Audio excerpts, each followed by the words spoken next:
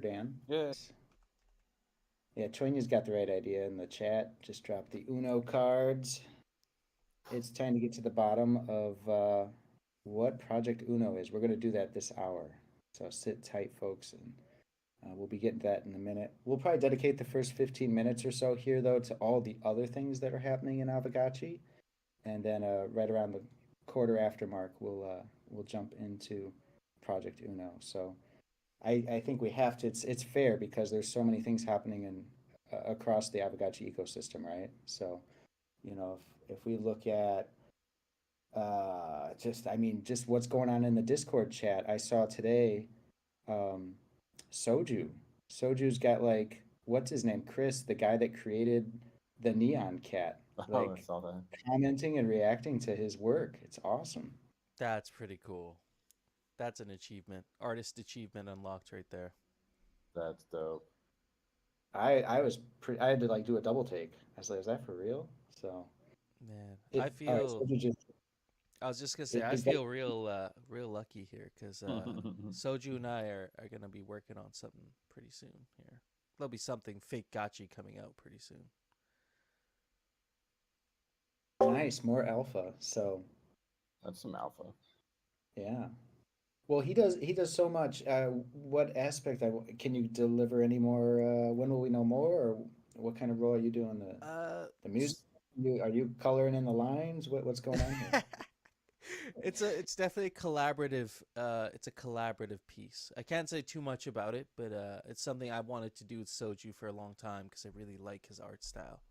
And we had a conversation this last week where I was actually able to like find what who's gonna be doing what on this thing. And I've been working on my drawing skills the last bit. I've come a long way from Fake Sam, so I'm really looking forward to this one.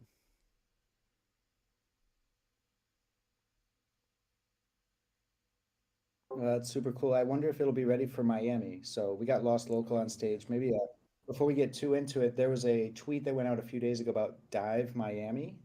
I believe this is one of the venues where we're going to have a strong presence and an event during Art Basel in early December. So, Lost Logo, maybe you could give us a quick update on Miami and why people should be there, especially on the fake Gachi front. Yeah, absolutely. We've got so much cooking. We've been working with the gotcha greeters in the background, getting everything set for our activations and events in Miami. But Dive, our kind of official event where we are a principal sponsor, started sharing this week. That's going to be based out of the Gates Hotel, which is in Miami Beach. We are putting together a bunch of really, really fun stuff. I've been working with the guys the last couple days. Travel's getting booked. Airbnb got locked in last night. Working on some really fun giveaways. So there's a whole bunch of really cool stuff going on. More details are going to get rolled out this week. Talk to me about the Gachi Greetors. I have an idea of it, but I think a lot of people listening may not know what that reference is. Is this related to the DAO vote that recently passed? That is, yeah, formally, I believe the ITF is now the Gotchi Greeters, and this is a huge accomplishment for the DAO. This is a organization inside the DAO that's going to specifically work with me and Pixelcraft on our IRL activations. So this is the first time we're seeing this initiative kind of get put into action. This includes folks that are going to be working day to day at the various activations that we have going on, which obviously we'll find out more details about during this call. But also a way to activate our community.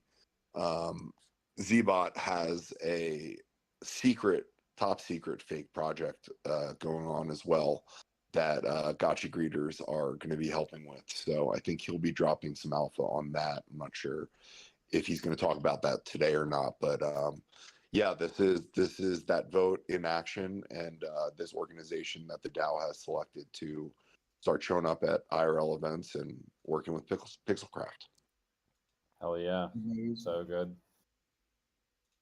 All right. So long story short, if you are, in any position to go down to Miami for Art Basel and you know, you're looking for that once a year like big trip for Aavegotchi meetups, this might be the one.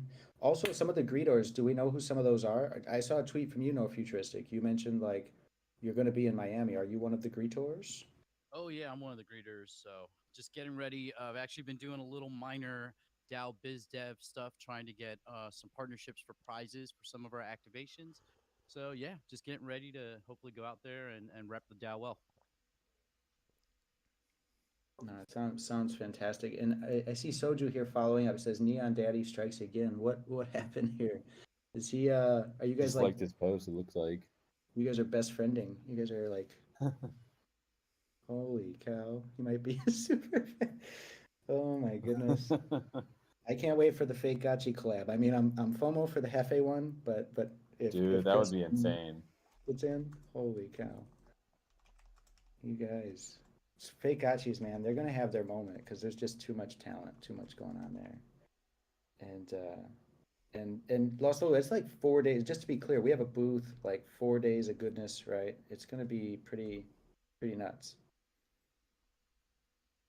So we're gonna have this official booth. It's 2 days, and then on the third day, which is Sunday, there is going to be a private holder event for Gotchi Gang. So we're also going to be spinning up a Luma, RSVP invite for our community this week. Light Piglet will have that hit the Discord, and there'll be some additional events for Gotchi Gang. So Thursday night, there's a rave that our community is involved with. Then Friday, Saturday are the full hotel takeover at Gates Hotel. And Sunday, we'll be doing a poolside brunch for Gotchi Gang at the Gates Hotel. Okay, so basically, if you got an Aavegotchi, if you're part of Gotchi Gang, you're in for free at the Gates Hotel to chill poolside and have a great brunch and mingle. Yeah, there's going to be plenty of events for Gotchi Gang. We'll also, as people RSVP on the Luma, we'll try to spin up a separate group inside the Discord, and we'll make sure that we share all the RSVPs for any satellite events happening in Miami during that week. Yeah, if you have any questions, if you're at all on the fence or trying to plan your schedule, just hit up Lost Local. He's going to take care of you. And gosh, there's so much going on. We got to give a Z-Bot here. He said, remember friends, fake OG for a real cause. There's an Aavegotchi auction with 1 hour, 20 minutes left to go.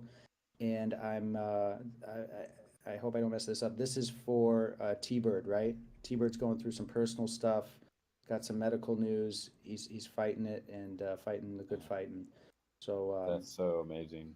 yeah, just glad everybody's rallying Let's to pump it, support. friends. Yep, I'm going to be pumping that as well. So if you want to bid to earn, I'm going to be outbidding you here in a little bit. So, yeah, big love to T-Bird. Shout out. T-Bird's in the chat. We're all with you, man. And yeah, it's just and then also while we're talking about art and fake gotchis and everybody rallying around the various creatives, this week we got more details on the sandbox and the Gotchiverse, Ripples of the Gotchiverse game. One of the cooler pieces of this, if you listen to the AMA or look through, is this part here. GFA actually reached out and worked with Stellar Hobbs to put together a graphic novel version of the lore they developed for the game. So, I think that lore for the game is fantastic. They brought it to Pixelcraft early on, wanted to get it kind of approved, make sure it didn't clash with canon or anything too crazy. We're like, this is great. Basically, the premise is like, imagine you have a ledger. Somebody has a ledger. This grandfather had a ledger from back in the day and left it, bequeathed it to, or it was discovered by his grandson. And that leads into the whole adventure into the Gotchiverse, which is just a really, really cool way to go about it. So that story gets further developed in this graphic novel, and all of the art is done by Stellar Hobbs. And yeah, it's just really, really cool how that's come together. In the chat yesterday, there was some talk about, well, there's 50 copies if you own one of the legendary equipments that are available, the Gotchi-themed equipments in Sandbox, then you basically automatically get one of these. That's my understanding. But I do believe, and we've talked about in Lost Locals helping a lot with the sourcing on this, we probably will either have more physical copies eventually, especially if there's the demand and you guys signal that, or at the very least, I mean, everybody should have access to the story. I think we want to get that up digitally online, and it's just a matter of where to host it and how to display it. But worst comes to worst, we'll just have a GFA special and go through the story and do a reading together right here on a Hangout. So It's doesn't have to it is on Voice Me, right? So I would assume is that it? they're going to also put it. Well, it was made by Voice Me. I mean, they published it, so I think it's probably going to be on the platform at some point. Maybe I really GFA guys would know better. okay. Yeah, that hasn't been discussed yet. However, Okay. I definitely see opportunity there to go that route. One way or another, this story is going to be, we're all going to get to enjoy the work that Stellar put into it and the work that the team put into it, writing it. And yeah, long story short on that, like it was outside the scope of the DAO. The DAO proposal was to build the game, right? Hmm. And then this was just like they came to me early on and was like, this story is really good. We'd love to do something like this as just, a cherry on top. And in terms of paying for the production of that, that's where Pixelcraft just came in and closed the gap. We just wanted to support and make sure that this is something that could be created. So we're always happy to do that when we can. And this definitely seemed like it rose to that kind of level where it's like this needs to exist. The work's been done. So yeah, check that out. I just shared the link. Ripples of the Gotchiverse is what a title. I know it's crazy. It's That's cool. so crazy just playing through that experience and the storyline, like you were saying. I tweeted some of my adventures this week in the sandbox, wandering around with my avatar to different experiences and playing through the Ripples experience. And speaking to those legendary items, Jesse, if you don't own a Bushido Gotchi set in the Gotchi in Aavegotchi, which not many of us do, this is your opportunity to get your hands on a Bushido Gotchi set in the sandbox, and those are the legendary items. So definitely worth checking out. I think there's quite a few left still, but they are. I think each one only has a limited run. Like each piece, like the chest, the legs, each has only like 10. So they're not as many as you think, but they're out there still. The Aavegotchi Yeah, marketplace. I was surprised on the AMA we hosted the other day with some of the Sandbox team that helped make this happen. And they were saying that some of the items have sold out. So it's, of course, available on secondary, but um, pretty cool that there's demand. I don't think it's all Gotchi Gang buying that up, right? Like, I'm pretty sure Sandbox Gang is reacting to this, and those players are enjoying what we've built, what the GFA has built. So by the way, Hefe, how long did it take you to beat the game? Because I think that's one part people should be aware. I think you can beat the game in under an hour, right? And enjoy the whole full experience, go through the story and the multiple levels. I didn't get quite to the end, but it took me probably about an hour because I got stuck in the dungeon. So I have to figure out how to. I got stuck in one part of the dungeon. But I think once you make it through the dungeon, you've basically played the main core story, but then there's little side things you can do. Like there's a gotchi guessing game you could play. There's a fake gotchi gallery. There's like this like lounge that you can visit with all the guilds. Like there's all these little things you can do after you've done the main story. So I was kind of like doing the main quests, and then I was also like wandering around and looking at all the cool things. And they've done a really good job. Like they nailed a lot of the details. They You can really actually did. walk into the gotchi lot, like multiple gotchi lodges, and go to different like little areas that have been like completely designed. So Yeah, they've beat us to a lot of parts. Like hats off to them. They get you out of the Citadel or to other parts of the Citadel. They really took some creative freedom. And there's like the catacombs under the Citadel. I think hmm that's a cool addition. Um, did you make it to the beach? They even got the beach going on, beach party. what? Oh my god, Yeah, I missed the beach. I got to go back yeah, in there because I see I didn't even get that one. But I definitely got to go back and see that now. yeah. So I think it's only available. I just dropped a link. It's available till I think the 23rd. Hmm. So you got an hour, maybe 2 hours, depends how you want to go through it, find every Easter egg, but there's plenty of content packed into those 1, 2, 3 hours. And Hmm. yeah, definitely worth checking it out. Basically, I got into it last weekend, didn't have a chance to finish it, and I'll be trying to wrap it up this weekend and get through the rest Same. because it's really well done. Cool. We got to get to, all right, Project Uno is coming up, guys. It's on the way. We're going to be revealing that in a few minutes. But we also have to address another big shipping this week. Coder Dan, we just launched on Hyperplay, right? One of the big Yes, sir. aggregators. Yeah. Yeah, we So have that, the build on Hyperplay and also live in the game center for Spirit Force Arena. So yeah, I'm curious if anyone has jumped into the latest version. Have you played it on the game center or in Hyperplay? What do you guys think of Hyperplay so far? Any initial thoughts on anything? There's been it was quite the turnaround for the team from the last playtest ending and then this build basically going to hyperplay. It was actually about not even 2 weeks that they made a ton of changes based on all the player feedback and then shipped it to hyperplay. So what you guys playing here is I think it was actually made on like November 10th and then given to hyperplay, but they made a ton of changes. So yeah, I'm curious if anyone has played it and what do you guys think of the new balance changes and kind of the some of the fixes that they've made.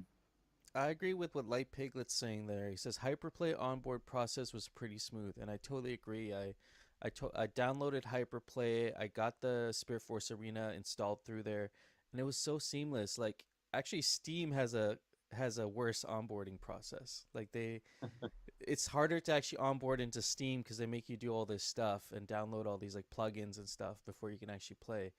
But downloading this was super easy. I downloaded the Hyperplay Yeah.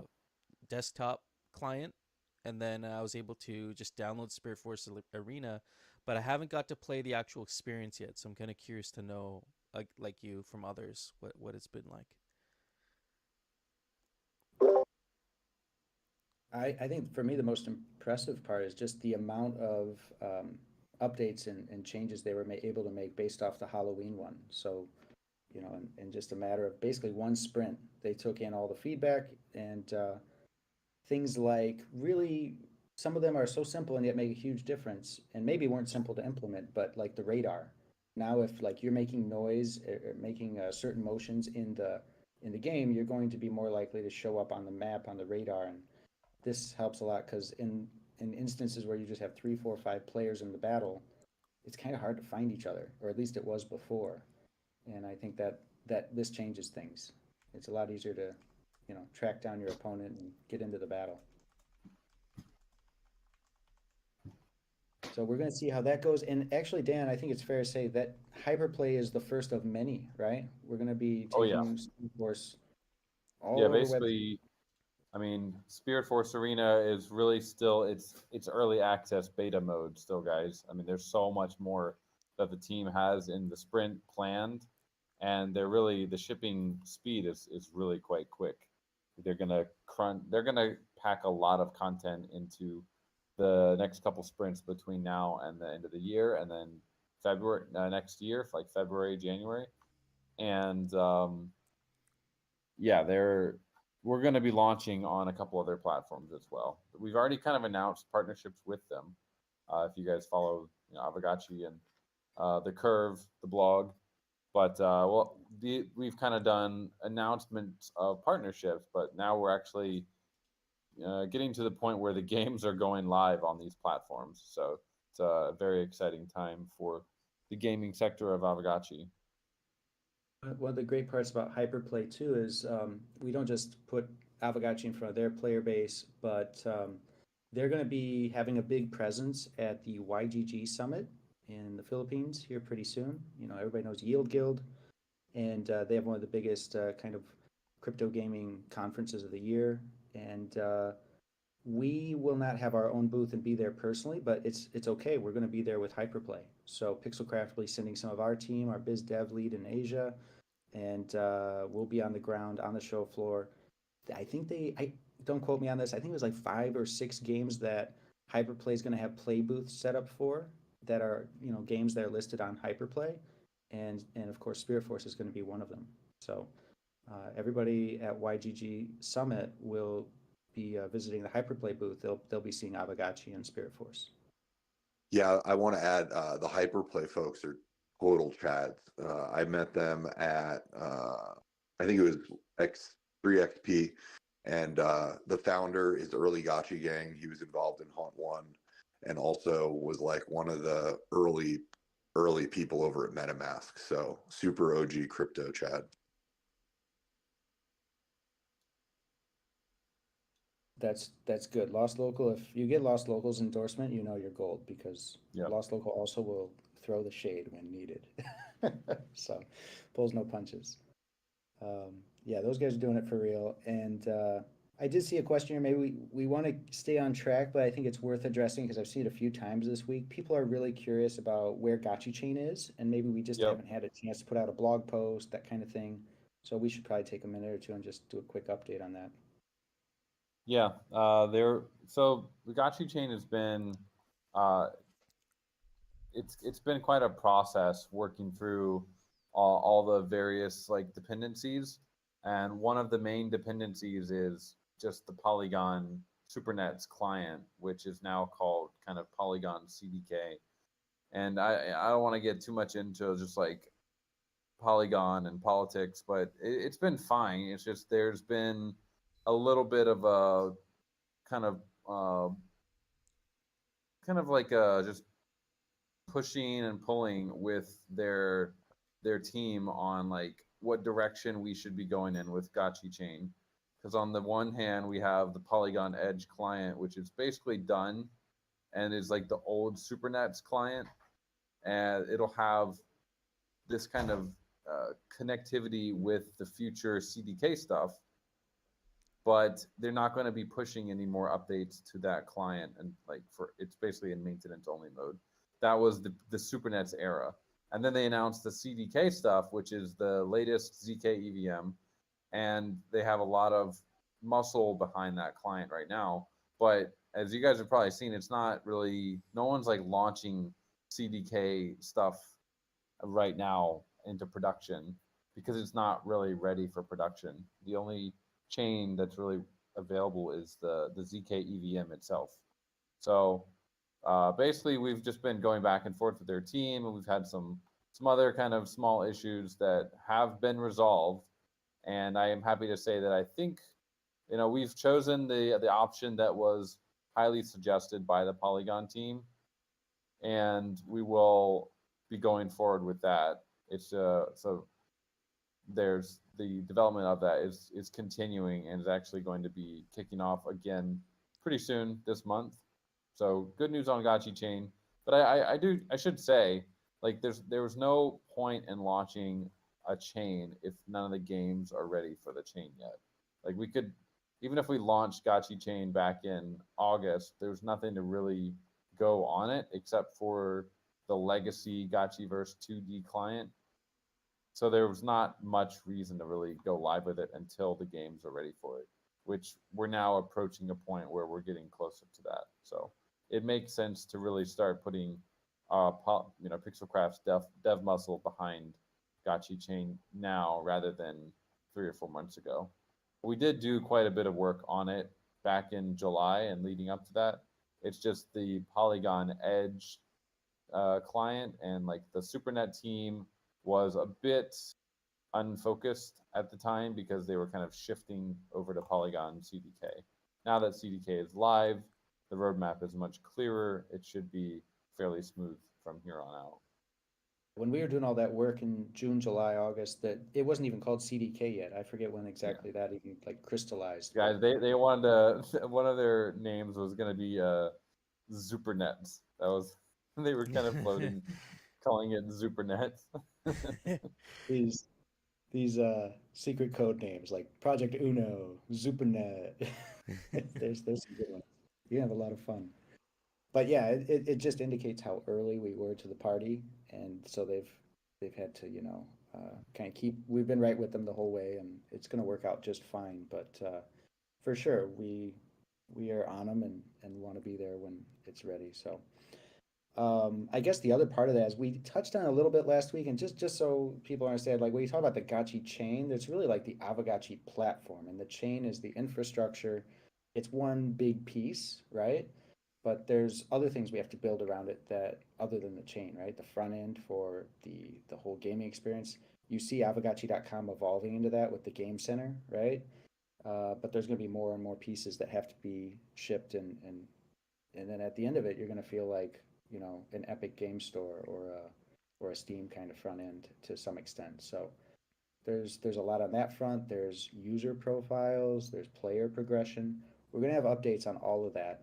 In all the games we're playing now, you know, it's demos, so there's no syncs for Ghost or Alchemica, but um, that utility is coming. Like I think everybody knows, but it's worth repeating that imagine these games once we flip the switch. It's just going to be like Yeah. the next level. So I can't Yeah. wait for that. Especially the player progression part. Like we can put a game onto a platform like Hyperplay, but without player progression, like there's no stickiness for players. So there's no reason to really come back. There's no sense of achieving anything. And that's kind of the next step of where we're going with these games is actually having a player progression system built for not only one game, but every game in the Aavegotchi ecosystem will have that feature so that these games won't have to build it for themselves either. So like the achievement systems for Gotchi Guardians will be compatible with those of Spirit Force Arena. Gotchi Crawlers, you know, Strata Gotchi will have a system that everyone can plug into on Gotchi chain that's on chain. Won't be, you know, it's not on our servers anywhere. It's on chain, on the blockchain. And all the games will be talking to each other through those. So, When you Coder, think of real quick question. Theoretically, I would be able to, like, if someone wants to create an app for, you know, scholarship ranking, you know, like you have different players and being able to see how players are interacting and playing these games and doing, I'd be able to just tap right into the on-chain information and do that, right? Yeah, you'll be able to see, for example, if you wanted to allow like only certain players that have achieved a level in Gotchi Crawler, like you said, I only want people that have achieved level 20 and above, and they have a badge for that, like an achievement on chain. You could filter by that and only allow players that have received that badge. Yeah, that's awesome. I think like so as we think about all these demos and early access play that's happening now and in the next month or two, you can think of it as like we're raising brand awareness, we're raising, you know, bringing Aavegotchi to new audiences and setting the stage for when these actually like quote unquote like morph into true crypto games, and you know it's gonna be here sooner than we realize. It'll be here so fast, but that's what's happening right now, right? Is like setting the table for the party, and we get to play while we wait, so it's pretty cool. And I guess that's a good segue. We're already halfway through the hour, so it's a good segue into kind of Project Uno and what the heck is this thing? So before we reveal exactly what it is, I think a good starting point would be like, what the heck? Why are we calling it Project Uno? And we've said up front, it's not a card game. It's not a partnership with the guys that make the Uno game. So yeah, in quite simple terms, Dan, it's basically going to be our first full game to market. It's not an alpha, it's not a demo, and that's why it's Uno. It's number one. It's going to be first to market. Well, And so that's meaning one. Yeah. double entendre. Here we go. Yeah, Project Uno is basically the first full game that we've made as a company, shipped, and will be live in the App Store. So that's one part of the Project Uno. Do you want to? Should I take the other part as well? We ready to get into it? Yeah, you're on a roll here. Yep. So the other part, well, and I see Bearded saying we're not forgetting about Gotchiverse 2D, but it wasn't an experience that was fully complete. It was always evolving, you know, always changing. This one it's done. Like it's not going to be changing. It doesn't need changes to be complete. It's already there. So the second part is why do we call it Project Uno? Well, we love the meme of the Uno card. So someone dropped the Uno card meme, the one where you basically, you know, you're switching the roles. Waiting for the meme here. Yeah, kind of a plot twist in there as well. Because So all the games we've done so far feature the Aavegotchi as the main character. There it is, GFA with the legendary reverse card. So all the games we've done so far feature the Aavegotchi as the main character, which got us thinking, well, what about the liquidators? What do they, what do they think? What is their role? What are they doing in the Gotchiverse? So we got thinking, and maybe Jesse, you want to yeah, take it from here?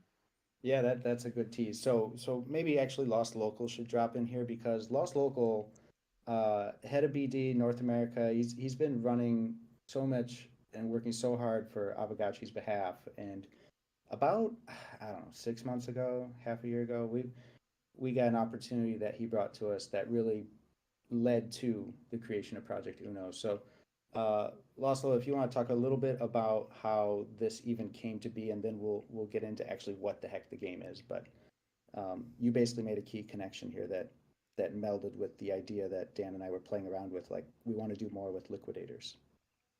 Yeah. So I have a very good friend, dear friend from childhood who worked in the app world and for Apple for many years. He was an editor over at Apple. He did a lot of their tutorial videos and stuff. But at the same time, he was launching early apps on the App Store, and one of his first apps was a clock app called Showtime. That was one of the first commercials I ever filmed actually in my Web2 career, which I'll get to share that with you guys one day. It's very funny. But he developed a game called Kinect, which was a cool little puzzle game. And, I had the opportunity, I'm going to drop something in chat here, to demo this. You'll see this is an email I got on April 24th of 2014. And this was the first, I think, test flight of Kinect, which was a puzzle game. So as Aavegotchi, part of the BD initiative has been talking to game studios, talking to creators, starting to line up potential titles that would work on Gotchi Chain and get people to build on Gotchi Chain. So it kind of popped into my head that, I should hit up Andrew and see if he has any games. First I was like, I should just hit up Andrew and see if he has any games. And then I was like, you know what? I wonder whatever happened to Kinect. And I sent him a message, and then I shortly after put him in touch with Jesse and Dan. And once they started talking, they saw some real obvious opportunity to bring Andrew in and develop this idea. And from there, these guys ran with it. The next message I got a couple months later, it was kind of unreal how much progress had been made, and also how good they are at keeping a secret. It was pretty impressive. So yeah, that has evolved now over the course of about 6 months into what y'all are going to see today, and it's very, very exciting. So we've probably teased enough here. Good background because Andrew is the guy building the game. Like it's a small team. Andrew is just he knows how to make a puzzle game. Let's leave it at that. So we've got something really special here to show with you. I'm going to drop in the teaser video here we've got to give a first look today. And just to be clear, like the main coming out party for this game and the promotional campaign that will lead up to its release is going to start in Miami. So that's why we keep saying like Miami's going to be big in so many ways. But Gotcha Gang, it wouldn't be right unless we got you guys in way before we go public with it. So without further ado, let's kick it off with a little teaser video that Thrax has helped put together for us. I'm going to drop it into the text chat right now. Here we go. Let's And let's all go. yeah, tap on your desk. Here we go. All right, hit play.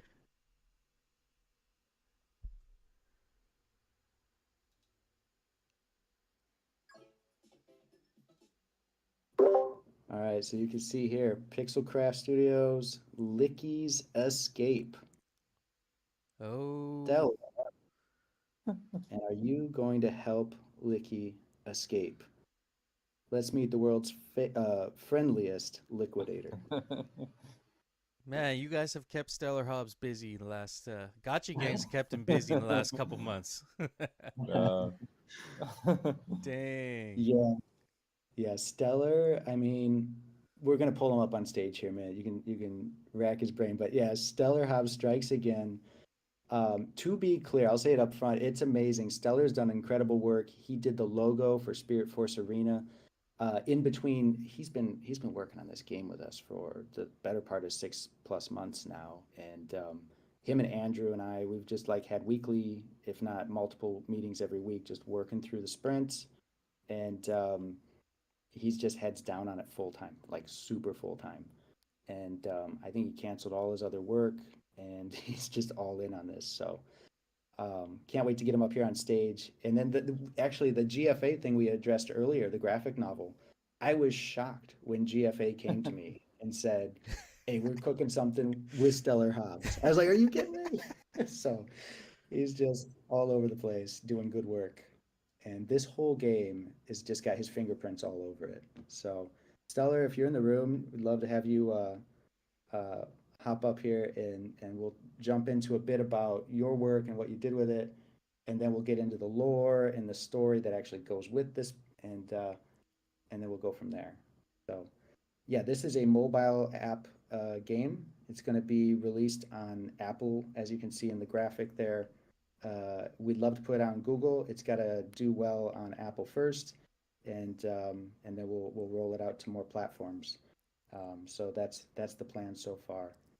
And it kind of goes with what we were saying just about the other titles and their demos, right, Dan? Like we want to reach a wider audience with Aavegotchi and then bring them home to our and Discord, to yeah, Gotchi. exactly. It's a great way to start telling this story of Aavegotchi that we've really been hooking up for so long here, but haven't had the easiest medium to tell it in. So you guys talk about the art for a bit, and then I definitely want to talk a little bit about the story of what is going on here in Likit's escape. What's he escaping from? And so I'll kick out a little synopsis of just what this is about. Basically, help Licky escape from some. We want to help Licky escape from the most powerful forces in the Gotchiverse. And what you're going to do is you're going to use magnets and other tools to manipulate keys and unlock a path to get Licky home. And this was created with Fake Gotchis are Stellar Hobbs. If you don't know him, now you know. Definitely look him up. Just go to fakegotchis.com, type in his name. And yeah, it's intended to be a great game that weaves together narrative and art. And so this is also a way for us to get out Gotchi lore and deliver fake Gotchi art at the highest level, all wrapped up in a physics puzzler. So I think it's just going to be something that you know you can share with friends and family, and finally have that product that's high quality that you can introduce to non Web3 people, and and they can walk away being like, I should look into this more. This is pretty cool. But yeah, Stellar, welcome to the stage, man. Yeah, Hello, GM friend. everyone. Can you hear me well? Oh yeah. Yep. Okay, nice. I guess I'm part of the surprise today. Man, this is so You are impressive. the surprise, sir. Mm-hmm. I'm really happy to be here. Yeah. So Stellar, I mean, it's been a journey. We watched the video and we get a sense of the kind of artwork and the caliber of it that's going to be all over this game. You basically have designed the entire visual side of this game, from the characters to the worlds. We're going to explore 5 different worlds in this game and over 100+ puzzles. Um, I don't know, Hefe, Yeah. no Futuristic, you guys want to just jump in here and Yeah, I'm just any looking at the questions? theme of the liquidators and stuff. Where did you draw kind of inspiration to come up with this like type of aesthetic? I think I see some essence or like those little blue characters, and then of course the liquidator. What like inspired you to create this aesthetic? Yeah, there is really a lot inside this game. You will find out it's not only just Liquidator. Of course, it's the main character, but yeah, I spend a lot of weeks working in the shadow. So it's great to be in the light today on stage. Um, for the Liquidator, yeah, we wanted to to be as cute as possible in order to understand him and want to help him, because it's a reverse story. You are this cute little liquidator who is somehow trapped inside a world that is not really his. And the evil force, you probably know what it is in front of him. They are obviously the Aavegotchi. So it's like Jesse said, it was really a full world construction and kind of ambitious project. I have really busy weeks as you and weekends also. And we wanted to build this all kind of all worlds, because you have 5 different worlds inside the game that you need to escape. Each world is composed of roughly 20 levels. So if you do the math, there are like 100 plus levels. Yeah, and you have everything inside. You have a lore narrative slide. You have some easy level and some really nasty one that are really difficult. You have boss battle, everything you need to have in a game. So yeah, it's really the like what Stellar's done. It's just above and beyond. His color theory is off the charts. Like the way he works. When we first hopped in the Figma together, I came back after day one and was like, oh my gosh, this is gonna work really well. I think we're gonna go places with this. So he's done a great job and been a pleasure to work with, and Andrew as well. I wish Andrew was on the call. He's tied up today, but he sends his regards. And between his ability to make a quality puzzle game and Stellar, like those two were attached at the hip for the last 6 months, just putting this together. So yeah, we became very close, I think. As an artist, how was it like working with a game designer? Because have you done that before with another project? Is this your first kind of gaming related endeavor? Just kind of curious to know, like, how was that? Yeah, it was the first time, to be honest. I worked a bit in advertising when I was younger, and I quickly became freelancer these past years. But I was more into branding, editorial design, UI, this kind of stuff. So building a game was the first time, and Jesse reached out. I don't know. It was in May or maybe June last, just before the summer, and it was the perfect time for me because I started to get a little bored in my regular job. So it came like a ray of light for me. Do you want to build a game? And of course, it was just make sense for me, and it was not really difficult to work with a game designer, even if it was the first time. We had a lot of discussion meetings, and we had this whole preparation phase at the beginning, because we had to build a lot of assets. There is the gameplay assets, of course, like the log, the bubble, the key, Licky's character, but we also need to imagine and create the boss, create the world, and each world has this very specific atmosphere and color palette and objects inside it. We really wanted to give each world a unique feeling in order to let the player feel like he's traveling from place to place and make progress in order to maybe one day escape this world. Oh wow! Maybe it's a good time. I'd like to give a little bit of context and a little bit more explanation of the story, of course, without giving away any of the key points. First of all, like, why are we playing as Licky? Who is Licky? And this comes back to kind of some of the lore that we've been working on, where we kind of think like, what kind of liquidators are coming into the Gotchiverse, and how did they get there? What happened to them?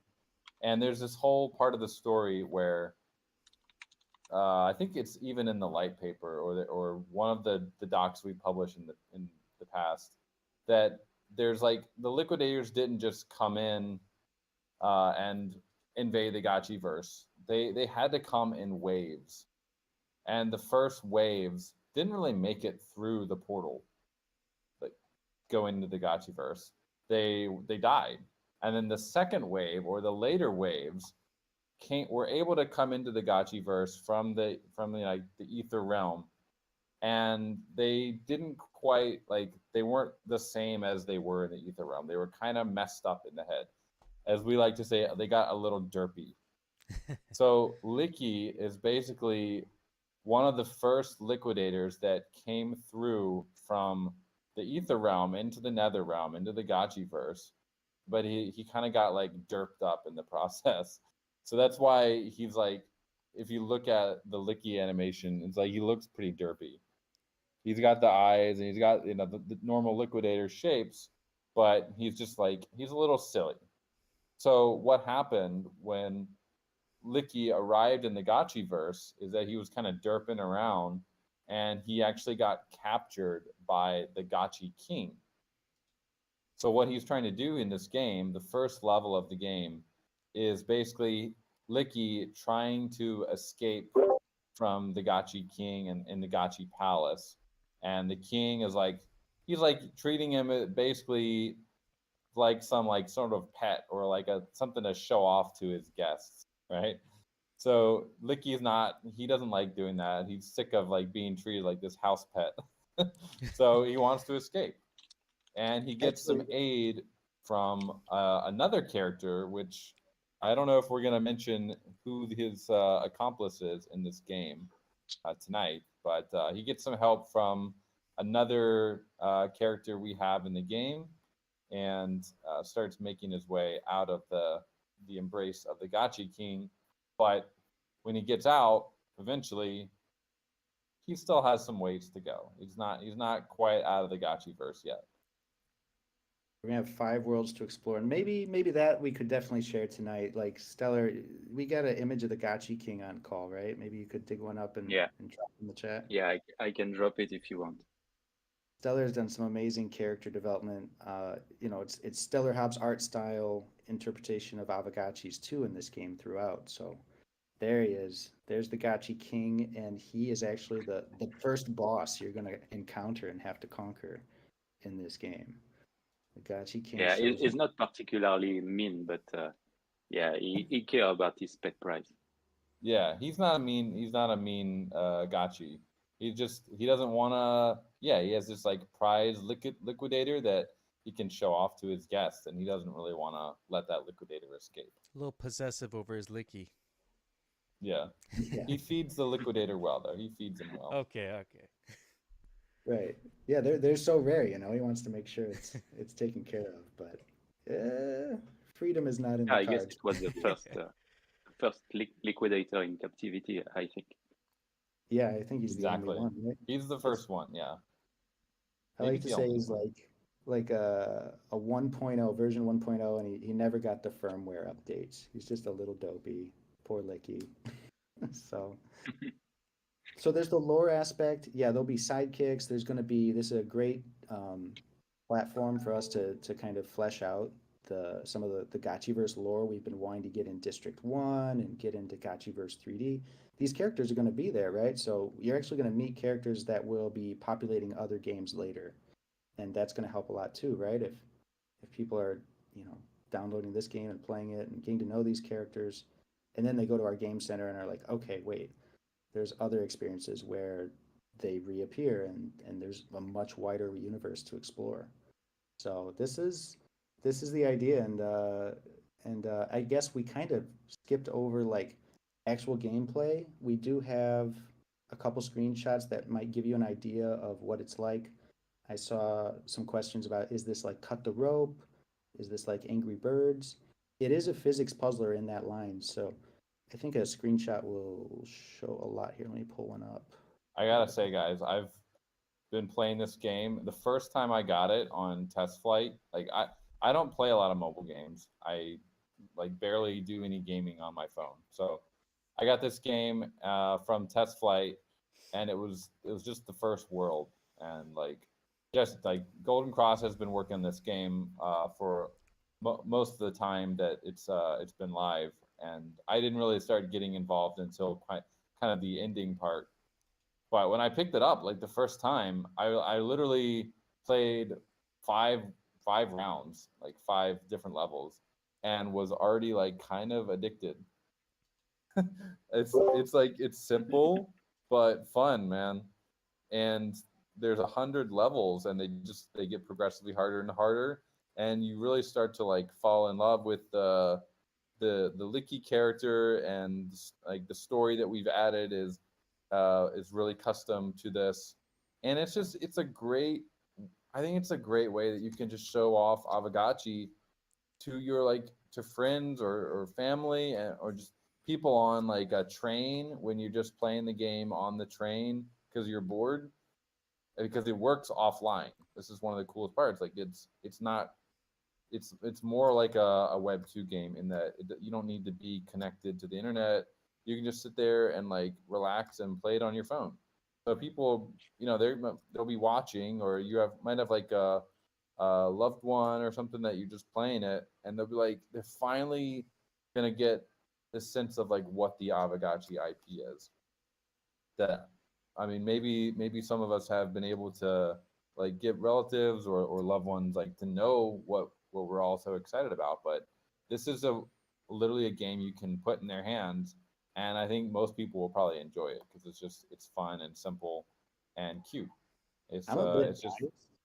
Sorry, I'm a yeah. bit biased, but like there's an element to this we haven't touched on yet with the lore aspect that how many physics puzzlers I see Sir Link is done cut the rope, doodle jump, Angry Birds, how many of them had like a fleshed out, entertaining story that went with it? I don't think any of them did, right?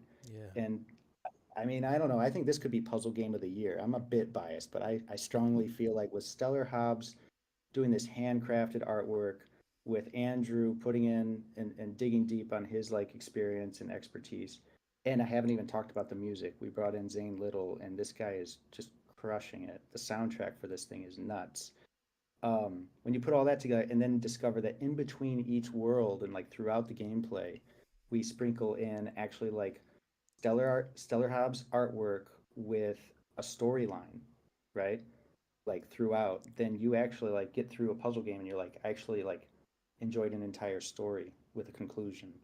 And most puzzle games don't really deliver on that front. I feel like this is a heavyweight puzzle game. Stellar, we just dropped this screenshot of some gameplay. Maybe you could walk through like what are people looking at there. So scroll up, you'll see this is world one, right? We got the blue bushes. We're in the Gotchi King's courtyard.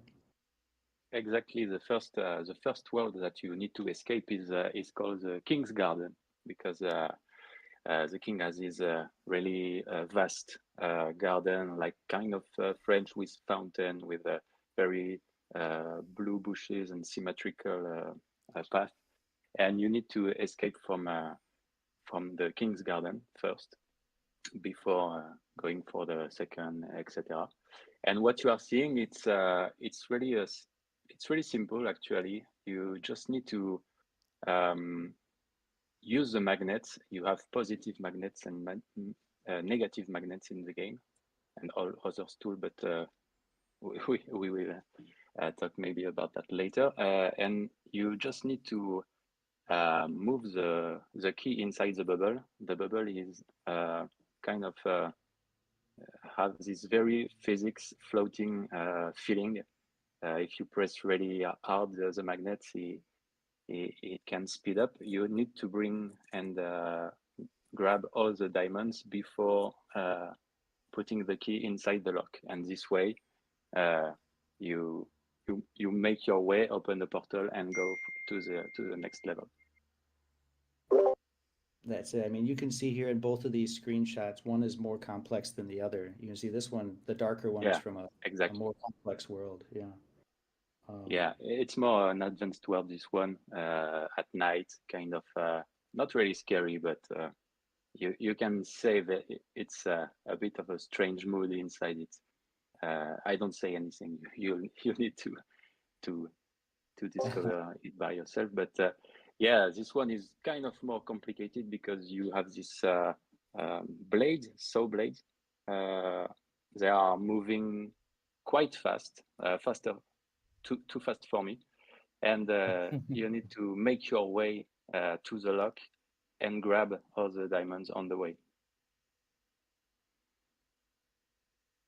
Basically it. So just as you see there, it's all about manipulating the key, getting it to the lock, and you've got all these magnets and sometimes other tools as well to manipulate it. So yeah, other kind of characters slash things you need to collect, like essence makes an appearance, and so there's the diamonds, the essence, and these all lead up to making sure you can get to the final levels and unlock the final boss battles. So, oh, Yeah, essence is a key. Sorry, a key item that you will find. Not really much. It's more for special levels, and of course the boss will let you take their essence when you beat them. And essence is another kind of reward that will be useful for the adventure. and you know, Stellar, you've got the art throughout the gameplay. Then there's the story that gets unlocked as you beat the puzzles.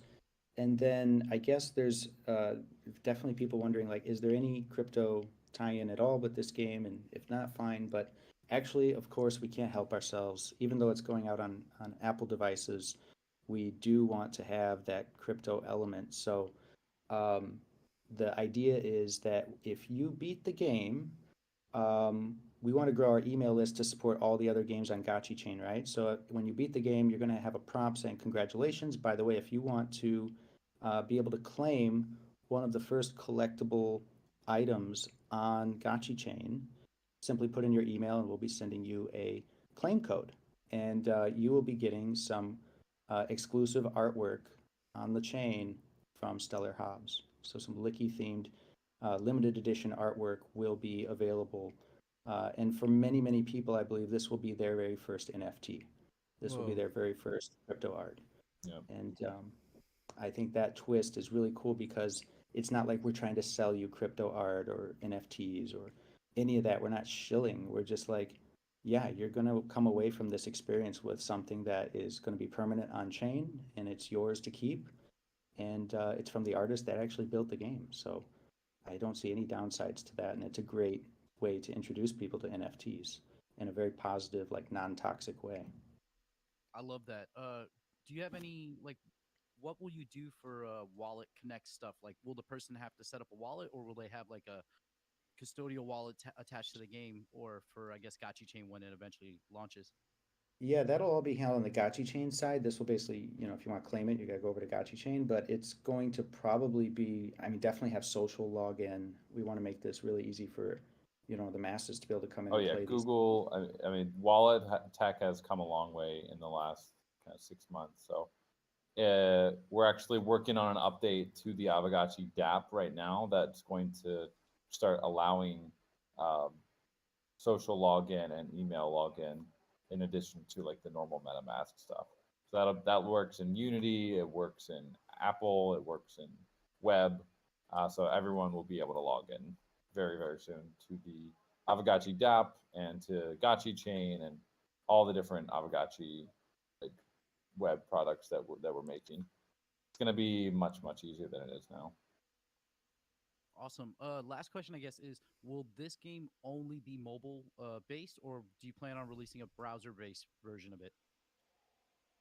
It's definitely built No, for it's, mobile, yeah.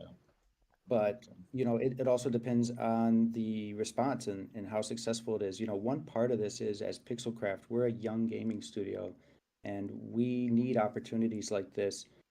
This game is much smaller budget than, say, Spirit Force or the Gotchiverse, and we need opportunities like this to get our feet wet and enter the mobile gaming space and kind of get our licks, so to speak. No pun intended. Yeah. But yeah, we're if it's a success like we intend it to be and are fully engaged to make it, Then, like I said, it'll roll out to Google Play, and then after that, I mean, here, let me just drop something really quick. This is Stellar's intention. We'll try to deliver on his dream, but this is where his head's at. Ooh, yeah. Yeah. Started So with a running gag, but hey, put it into there the is a change. space, man. I would not resist this. Let's make it happen. So yeah, I mean that's where our head is. It's like how much momentum we can get with this game, and I want it to be puzzle game of the year, but we got to get it in front of people, and we're doing our work on that side too. We brought in some great advisors that know the ropes with Apple and Yep. ASO and all that stuff. So we're seeking the expertise we need in order to support this game to its fullest. So And since we're almost at the end here, I do want to say this will be not. It won't be going fully live for the upcoming Miami trip, but test flight where we've already integrated with test flight, and everyone in Aavegotchi community, of course, you guys will be able to test this game and play the first world of it at the same time, maybe even slightly before the people at Art Basel. So we definitely want to get feedback on it before the final launch and see what you guys like and see if there's anything that needs to be fixed in it. So we test flight has I think an upper limit of like 10,000. So should be enough for our community to be able to go in and you guys can play the first world of it. yep. So we'll be, our booth that we started the show talking about with Lost Logan, the booth at the events. We're going to be there with iPads in hand, playable versions of not the final version, but really well done versions to put in people's hands throughout all of the Miami Art Basel. And it's I think the audience that will resonate with it, right? Because it's a mix of crypto and art enthusiasts. This is literally a game that is gameplay, narrative, art, all seamlessly woven together. So, yeah, I think it's the right audience to kick off the campaign with, and then from Miami to launch is probably we don't want to launch it right over Christmas, but it would probably make more sense. We'll probably launch it shortly after the holidays and go really hard.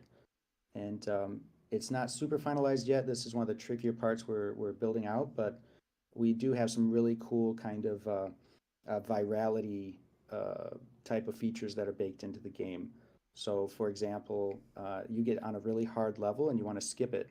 We could have just said, hey, you got to pay $1 to skip the level, but we're not going to do that. Instead, it's going to be share it with a friend, refer a friend, get them to download it. You do that, you get extra skips. And I think those kind of things can really help encourage people to share the game, get more downloads, get the word out. And yeah, it's going to be a really, really special game to share. So can't wait to get it to all of you guys to play. And like Dan said, whether you're in Miami or not, we're going to need everybody on hand to play it. And all we ask is give us the bug reports, let us know what's working, and if you see any bugs. And then when it comes out, be sure to share the hell out of it. So we'll go hard with this one. Yeah, I'll And take this moment. We did not mention one of the biggest parts of our activation in Miami, which is we wanted the world to see Stellar's really awesome art. So, in typical South Beach Art Basel fashion, we are going to do a 55 by 22-foot mural to launch Licky's Escape, which will be taking over the Jarritos mural from last year on North Miami Avenue. So we'll have a street team out there with iPads, getting people to stop and play Lickies, giving them swag, all that good stuff. So that's a big part of our activation that we did not mention. Big leaky, yeah. yeah, it's going to be absolutely nuts. Andrew will be flying into Miami, hopefully, although that's also TBD, but we want to get the team down there. Stellar's invited too. It's a long trip. He's got his obligations, so we'll see. But I know a lot of Gotchi gang will be there and the Greetors, so it's going to be great. And yeah, I'm just so excited for it, guys. Is the game center updated? We're also going to be, while this may not be like the big public launch, it will be showcasing on the game center from today onwards. Yeah, let So me feel check free here. to Should share it be, with your friends. see if the page is updated. Yep. Should If be you go to, we do have Licky's Escape is now live in the game center, friends. Oh, look at that. Nice. Looks nice. I'm stoked. What do you guys think? Hefe, you feeling this? I'm feeling this 100%. I'm all about the puzzle games, and it's been a while since I've got on my phone. Like Coder Dan was saying, I don't play mobile games like how I used to. This is gonna get me back in the game, literally. So, yeah, man. Bro, this is also a great warm up for Gotchi Guardians, everyone. I mean, like Jesse said, we have not made a mobile game as a game studio. I mean, in fact, we're very young as a game studio, so this is a great kind of first run at all the different processes you need to get a game into the App Store. I mean, Slama and Andy have done it, but personally, Jesse and I have. I've only done one mobile game, and that was like 10 years ago. So this is a great kind of trial run for the next year's launches as well, which includes Gotcha Guardians, the other main kind of mobile game that we're working on. As Yellow Panther said on his interview, it's the perfect mobile game, and I agree. But I also think Licky's Escape is competing for that title as well. It's so fun. It's just like addictive in the way that only a mobile game can be. It's great. I was playing it on the airplane. I was having a flight today, and it was just I spent the entire flight just like testing and playing this game. It was so fun.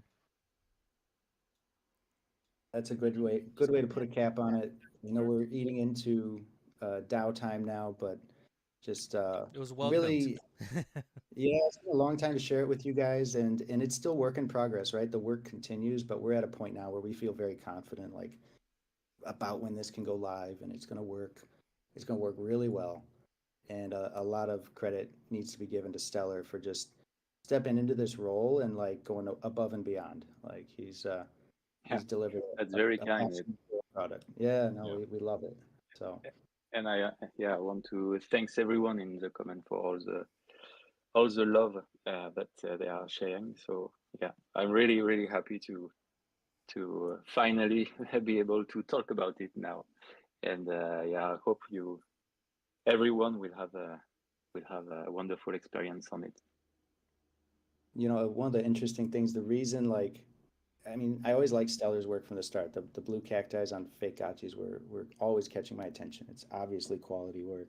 But I remember before ETH Denver, just over a year or so ago, there was we put out a call for like, hey, if anyone wants to design an epic poster, right? And for ETH Denver, we'd welcome it and give some fake Gotchi cards for it. And there were a number of submissions that were very good, but Stellar, like, I think on 3 days notice, it was short notice, like cranked out this just crazy poster I'd be proud to put on any wall anywhere. Like it was so good.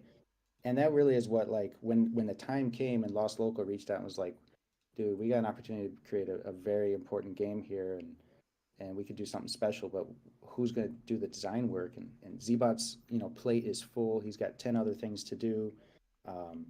The other designers are doing other things. So yeah, it's just like, wait, let's tap on fake Gotchis. This is a moment to celebrate fake Gotchis. Let's make this game about fake Gotchis. And in fact, when you go to the credits in this game, there's shout outs and links to fake Gotchis. So we're not just going to refer people to Aavegotchi.com, but also fakegotchis.com. So this is a game that wouldn't have happened without not just Stellar, but the entire fake Gotchis community and artists and publishers. So that's another important line of this entire project. And with that, we should probably segue to the Aavegotchi DAO hour. So, yeah, well said. Yeah. I just dropped the poster there that you're referring to. Incredible work. Yeah, bottom right corner, the proto Licky, right? Yeah, it is. He was there the whole time. The illusion. Not to say we went through a few drafts, right, Stellar? I mean, it was good. Things take time, and there were plenty of drafts. Maybe someday we'll share early versions of Licky, but yeah, you can see. I mean, the pieces are there, so super cool. I would love to share also the process, because it was quite a journey from the beginning of the draft and the final version of every character and every word. All right, very cool stuff. We'll have more updates as we get closer to launch in Miami, but yeah, just thrilled about where this is going. Yeah. Well, with that being said, friends, I guess we should kick off the DAO call here. And in usual fashion, let's go through the snapshot proposals. And then speaking of games, we got some alpha here from the DAO side as well too. So I'll have someone come up here in a little bit. But let's get through the proposals first here. Let me share my screen.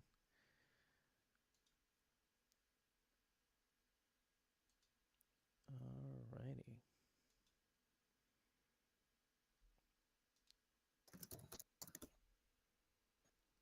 Okay. All right, so we have a few proposals that have come through in the last couple of weeks. We got a couple proposals that have passed. So let's start with Agip 98. Our DAO mission statement was officially voted through. It has met quorum. We have 11 million ghost worth of votes that went through to it.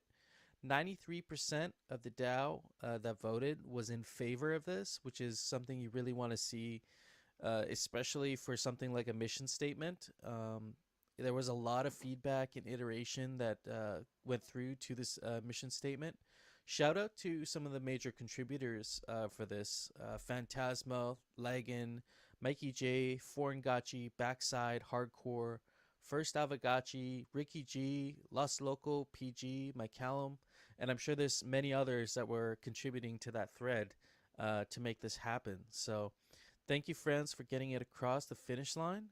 And this has finally been officially approved. I feel like maybe fake Gotchi, speaking of fake Gotchi artists, maybe a way to celebrate this. I'm not sure. But our mission statement is to empower players to own, build, grow, and connect in a multiverse of their own creation. So that is our mission statement for Aavegotchi DAO. And yeah, I love it. I love it.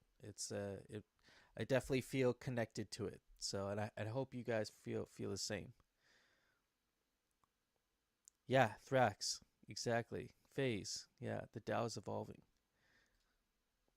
So this is awesome, friends, and yeah, looking forward to kind of carrying this on into the next phase of this, which, in my opinion, and some other people's opinions as well, is to get a committee or a group of people, possibly this group of people, to work on our vision now as a DAO. What do we envision? Um, where do we see ourselves as a DAO in the next 5 years? 5 years from now, what do we want to look back and say these were our major accomplishments? Of course, we've already had some big wins working with Gotchi Farmy and some of the really great talent within Aavegotchi DAO, but we can really go places. We're really powerful bunch here. So that brings me to Agip 99, which is another kind of upgrade for Aavegotchi DAO, inspired by some happenings at early Art Basel last year, Eat Denver, Lost Local, helping organize a lot of that, and now have joined a crew together to help us, represent Aavegotchi DAO at all these amazing events.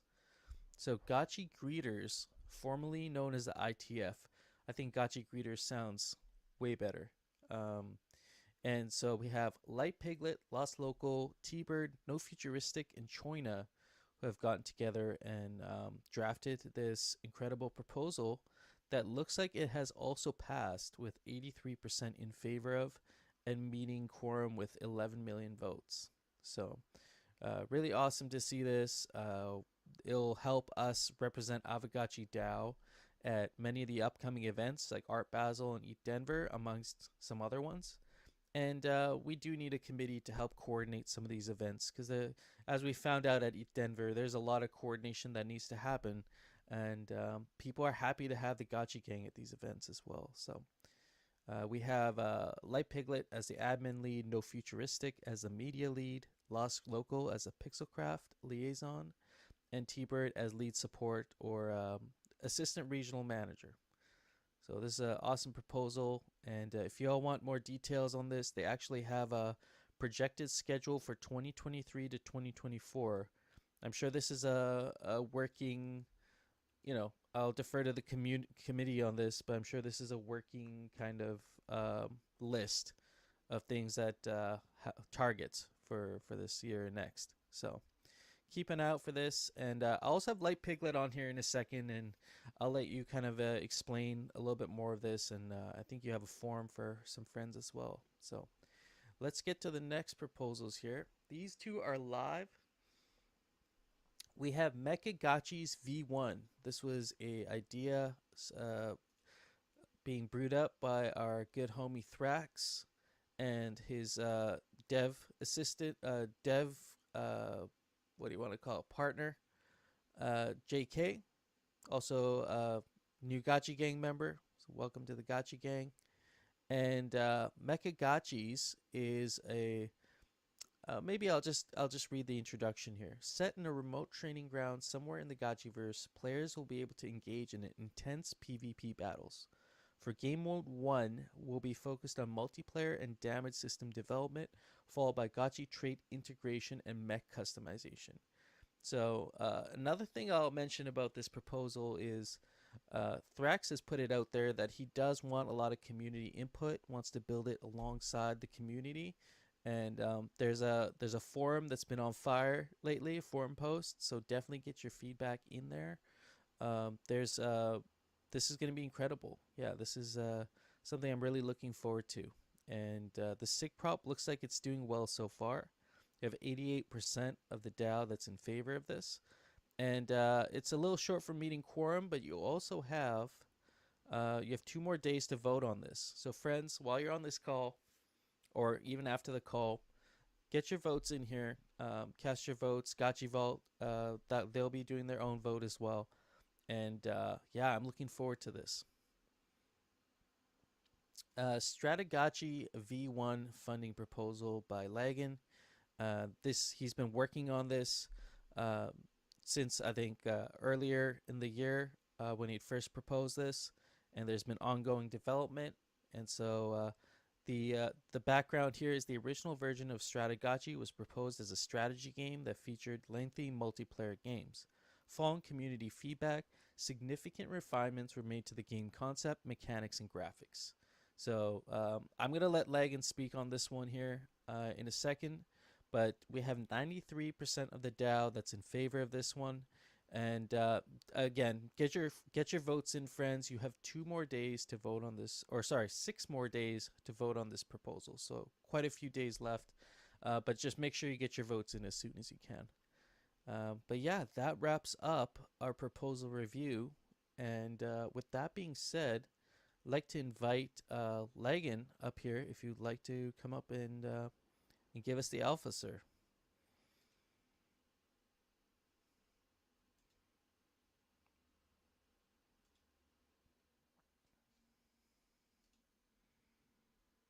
GM.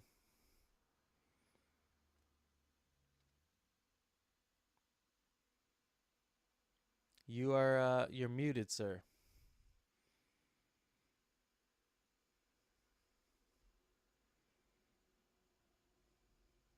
It's because his internet is lagging.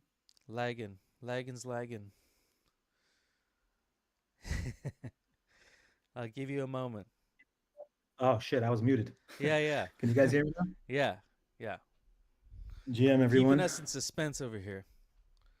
Yeah. Sorry about that. How's everyone doing? I just want to drop a quick link for you guys. Absolutely.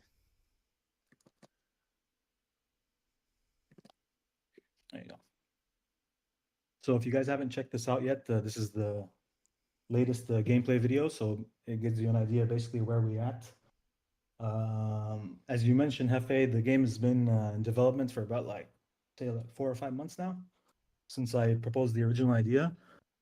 And I just been plugging away at it in the background. I've come a long way with this game, personally and with the development. When I first started off, I really didn't know much about Unity. So I took this as an opportunity to kind of learn Unity as I go, So that's been interesting. I've reached a level where I can pretty much manage my way around Unity, still with the coding and stuff. this is definitely not me who did all the coding. I've worked with like various developers over the months, and right now I'm with a guy who's pretty much going to be the guy that's going to like take this to the finish line. He's not a freelancer, so he actually like has his own games on the App Store and that he like manages as his like business. He makes money off of them. So yeah, it's a good fit. The guy has a really good like understanding of like how to clean up the code and make it really like efficient and stuff. And that's pretty much what we're doing right now. Like a lot of the, if you see in the SIG prop, I mentioned a few of the things that like tasks that need to be done. And a lot of it has to do with like revamping old code that was written like either incorrectly or just didn't really work the way that we intended it to. So yeah, guys, that's where we're at right now. And What are some of I'm the? asking for. Oh, sorry. Go ahead. Go ahead. Go ahead. I was just gonna say, what are some of the major kind of, because there was a bit of a shift now in your approach to this new iteration of the game. What are some of like the major differences from how it was before to this version that you're working on now? Oof, man, it's like it's basically a completely different game. Okay.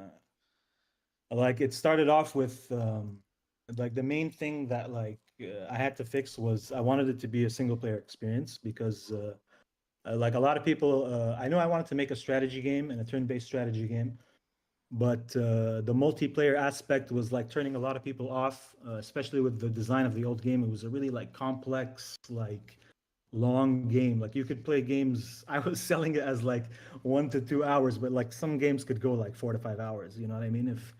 If you're really playing. So, I mean, that was the major thing that I changed. And then from there, I just started to like research different ideas and stuff. And one thing about like turn-based games that like kind of turns me off is when it's like they're really deterministic. Like you can figure out who's going to win the battle like just by looking at the character kind of sometimes. And so I was trying to figure out a cool mechanics that like could stop that from happening, because a lot of times it ends up being like you hit the enemy hits, you hit the enemy hits, you hit the enemy hits, and then that's it. Like you could guess what's going to happen like 5 moves down the line just by looking at the enemy. So I came up with this idea of like the enemy telegraphing its attack, and then you having to like maneuver around what that's gonna do, and that kind of became like the main premise of the game right now. Is like the enemy basically tells you what it's gonna do, and you have to like figure out how to like mitigate the damage. And another like big aspect of the game, I guess you could say, is like the fact that everything moves around sort of like a puzzle. I kind of imagine it like, you know, those like flat puzzles where like you shift around tiles to try to make the image like complete. It sort of reminds me of that in a way, because you're constantly like manipulating like your characters and the enemies by the way you hit them and the weapons that you have. And so that's going to be a huge part of it, is like what weapons you have equipped are gonna really determine like what kind of gameplay you're going to be experiencing, and like what type of strategy you're going to use, because each weapon is going to do something different. Like a lasso will pull the liquidator towards you, whereas like a portal mage axe will hit the guy in front of you, pushing him forward, and then the 2 guys to his, if there was units to his left and right, they would get pushed outwards to the left and right. You know, so each weapon is going to have a unique effect, and you're going to have to like tailor your gameplay to that. It's like a 4D chess kind of thinking when you're playing this game. Kind of. It's like a puzzle game. It's like a puzzle with moving pieces that each round like kind of presents you with like a new scenario, and you're trying to basically like survive that round while harvesting whatever it is we're going to be harvesting. So like there's some resource out there that you're going to collect, and like I guess the story of the game, the story level is that you're a crew of like Gotchi miners. Okay, and you're like the citadel is no good for harvesting anymore. Like all the lazy fat Gotchis, the aristocratic Gotchis, they sucked it dry basically, and the alch in there the price is not good. So we need to head out into the grid, into more dangerous territories to find the good stuff basically. and so that's what your crew is going to be doing, and you're going to go through these like procedurally generated landscapes, and you're going to meet some characters along the way, and there's going to be also like a sort of like a character that's like sort of like your guide or your boss, and he's going to be the one who's going to like punish you when you do bad.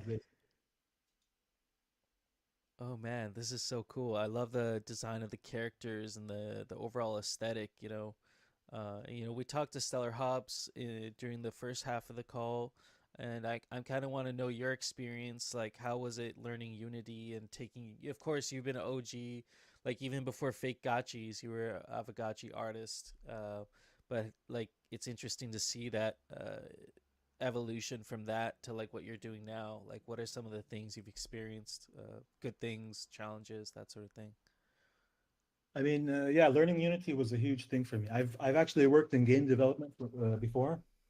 I worked at a local company for a couple of years with like a couple of my buddies here in Kuwait, where I live.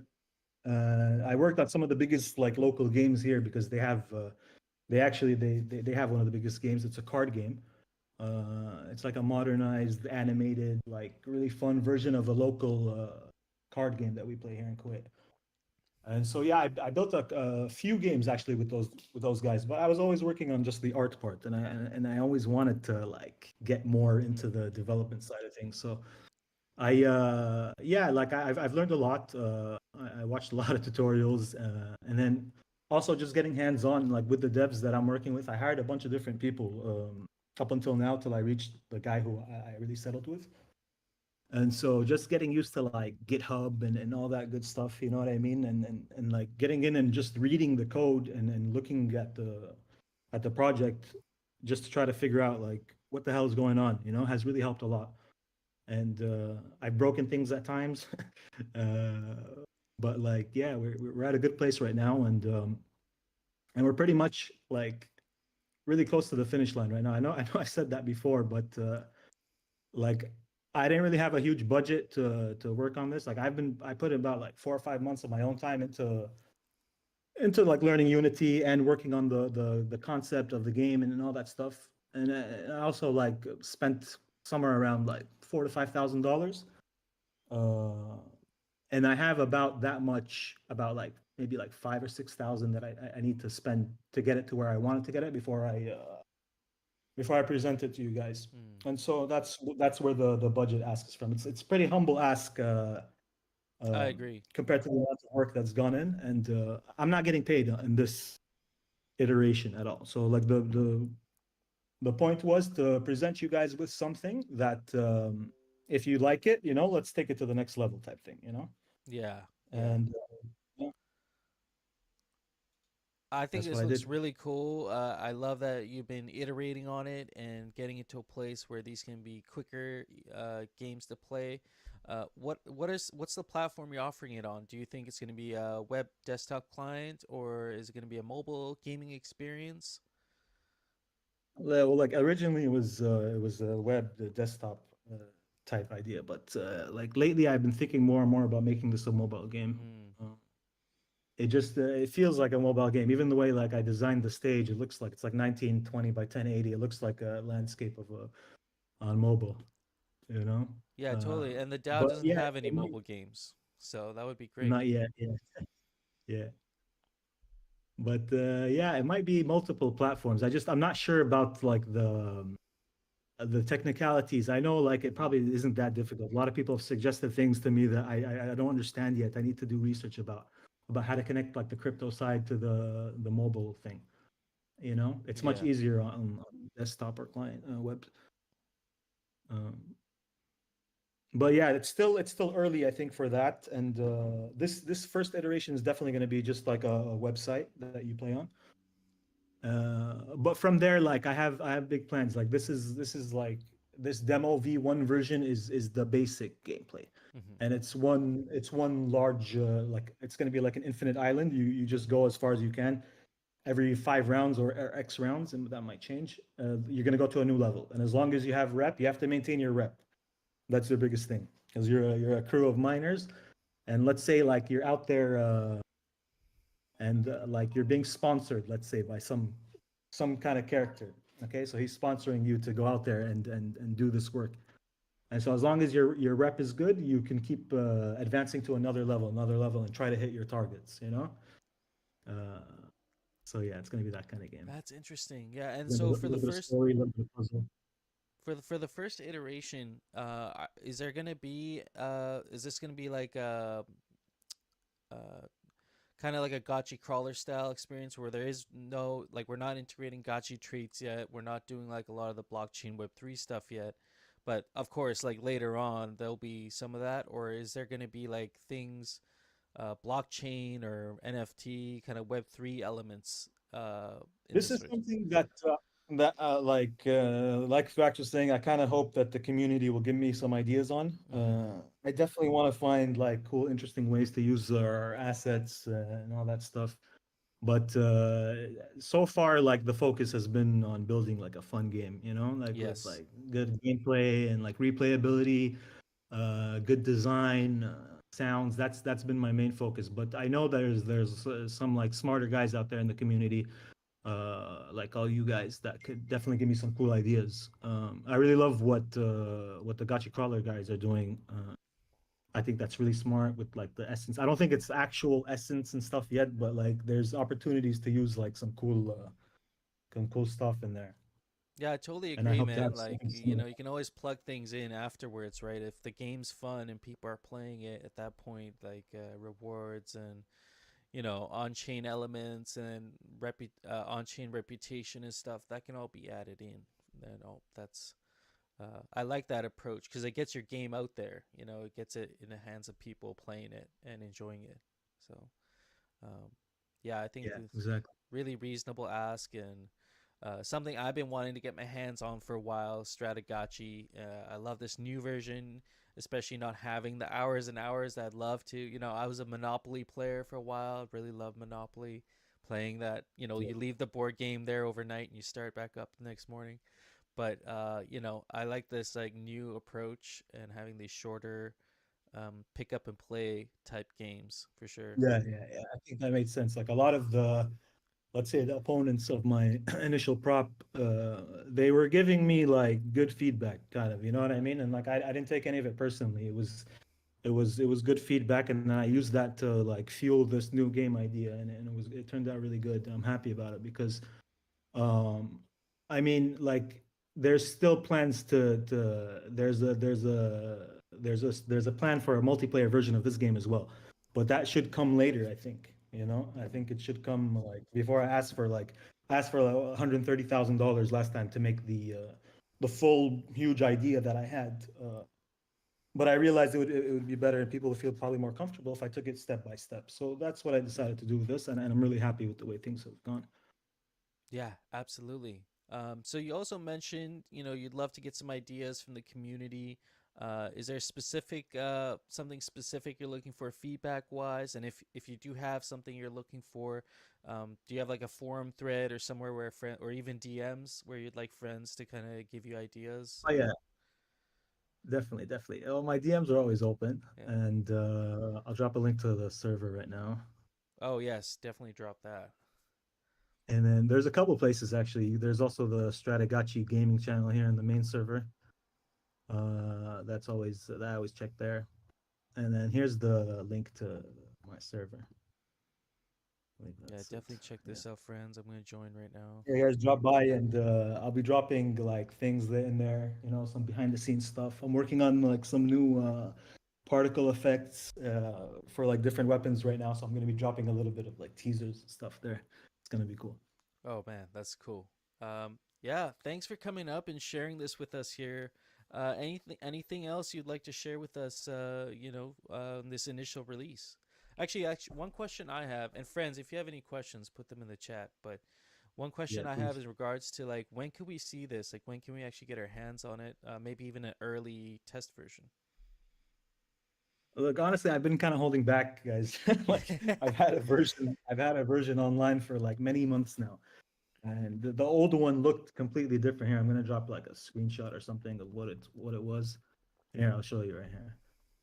It's been online and we've been testing it for a really long time. But every time I like I think about it, I'm like, man, if only it was like if I added this it would be much better like reception. You know what I mean? Like if only like this was working, it would have people would be more excited about it. So I really wanted to like make sure like everything was tightened up and looking like amazing before like I release it to you guys, because yeah, I plan on doing another prop like if the release is successful, you know. Yes. Yeah.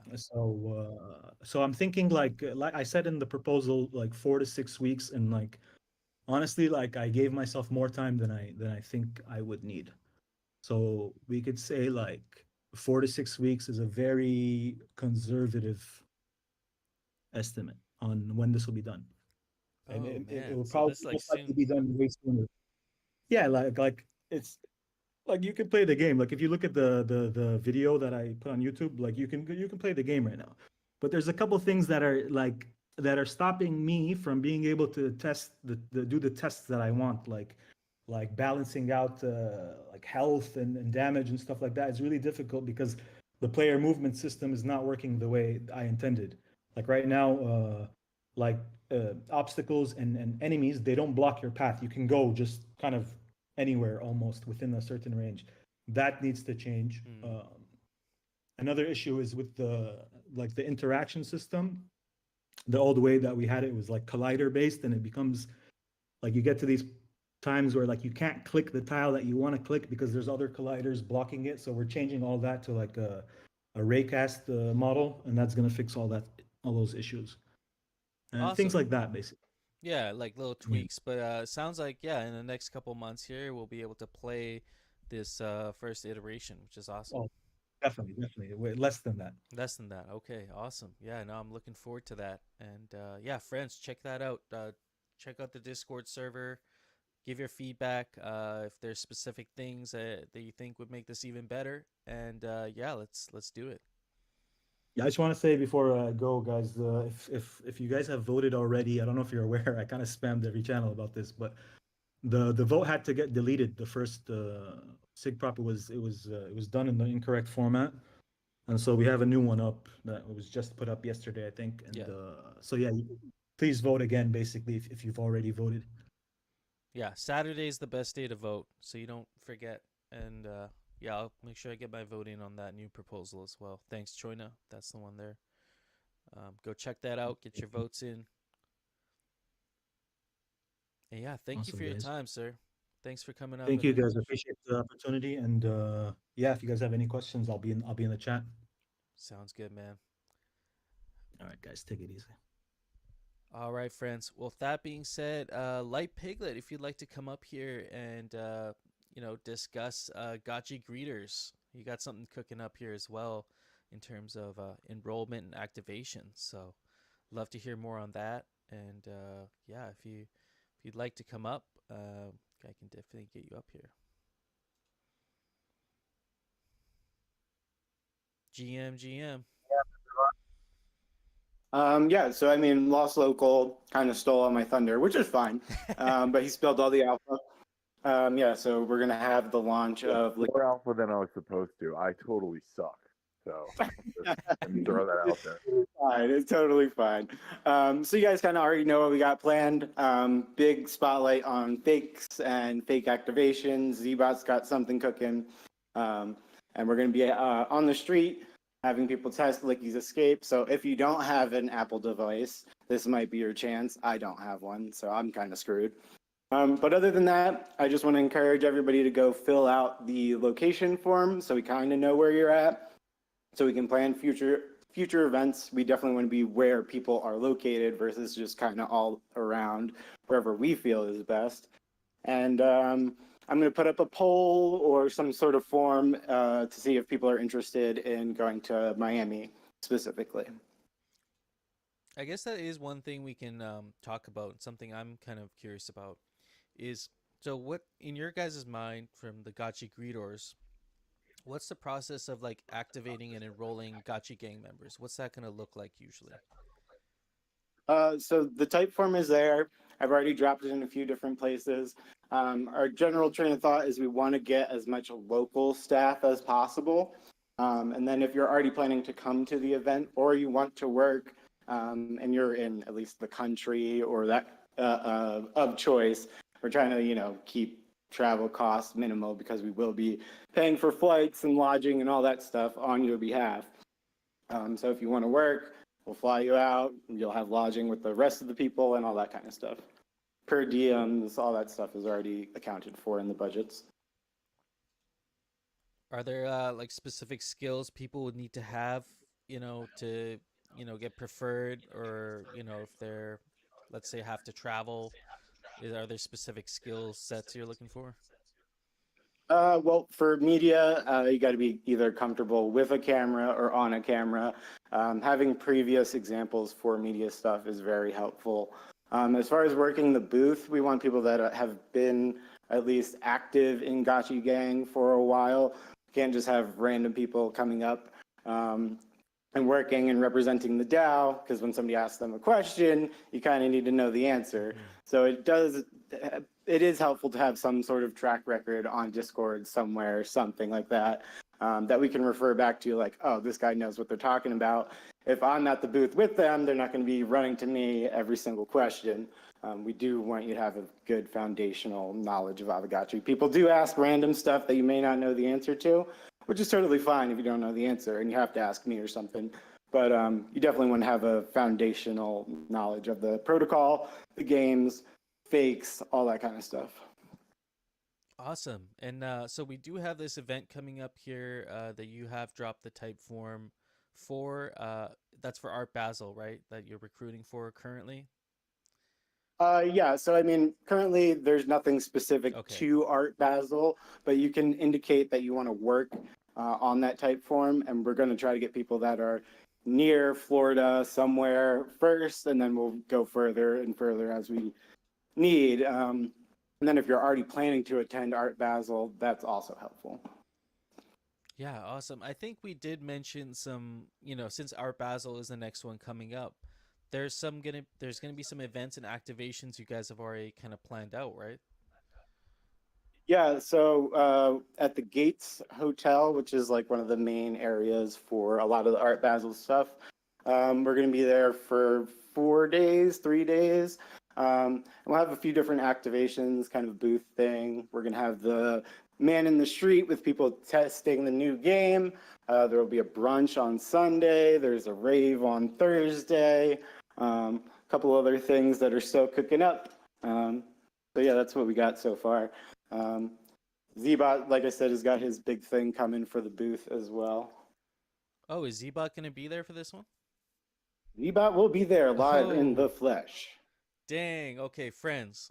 This is your chance to meet Zbot. I've never met Zbot. I know No Futuristic has, but I hung out with him a few times, and it's been fire every time. Mm-hmm. Yeah, I've also met Zbot before. He is the man. I've known about Licky's escape for months because none of these guys can keep a secret. So I've been holding in that alpha for a while, but they're all awesome. All the summoners that I've met so far are awesome, as well as Lost Local. Oh man, I'm looking forward to it. Yeah, so call to action. Fill out your availability. Maybe if we can get that form dropped one more time for anybody that missed it. Yeah, there you go. Choina dropped it here.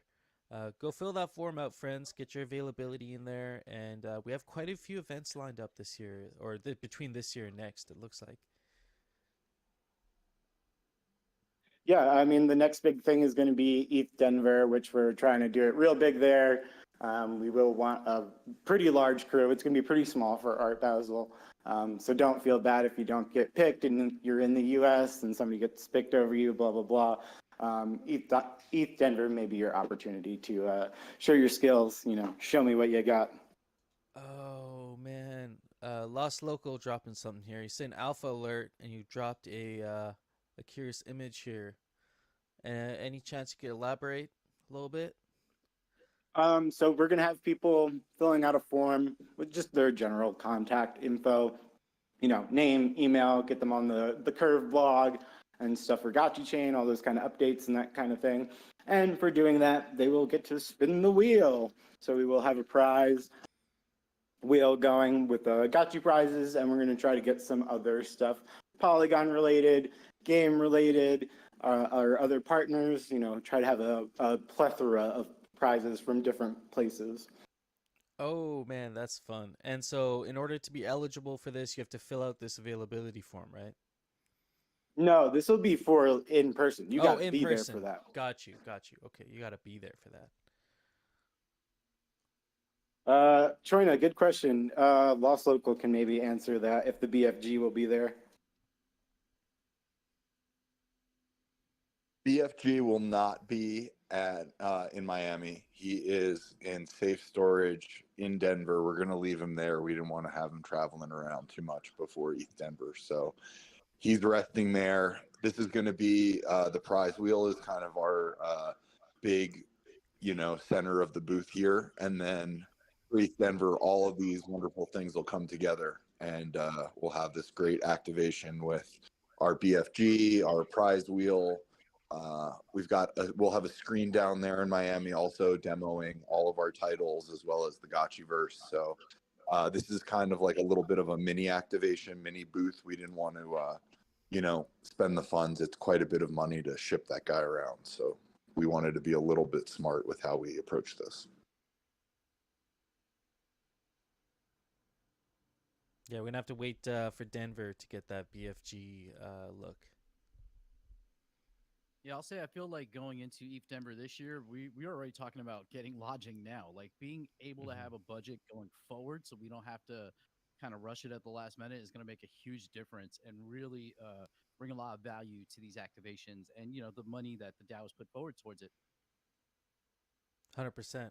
Yeah, again, and I think that's the biggest thing having this committee is being able to plan ahead and having the budget to kind of help you guys along with that too.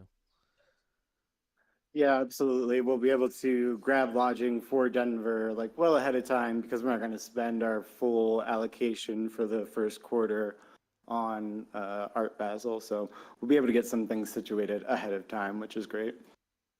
Nice, nice. Yeah, so there's some alpha drop to your friends. I'm pretty stoked about this as well. Uh, Anything else you got there, like Piglet, regarding events? Nope, that's it for right now. Like I said, just indicate your interest if you want to work or just have any interest in live events at all. Okay. Yeah, awesome. No, thank you for the update and the activations, and I'm stoked for the Gotchi greeters. Great, thank you. Perfect. Well, friends, we have a few minutes left here at the end of the call. I just want to kind of look through the forums and direct your attention to some things going on that we should probably maybe not discuss this time around, but we should definitely discuss in the coming weeks. There's a few threads here that are definitely worth your attention and would love your feedback on these things.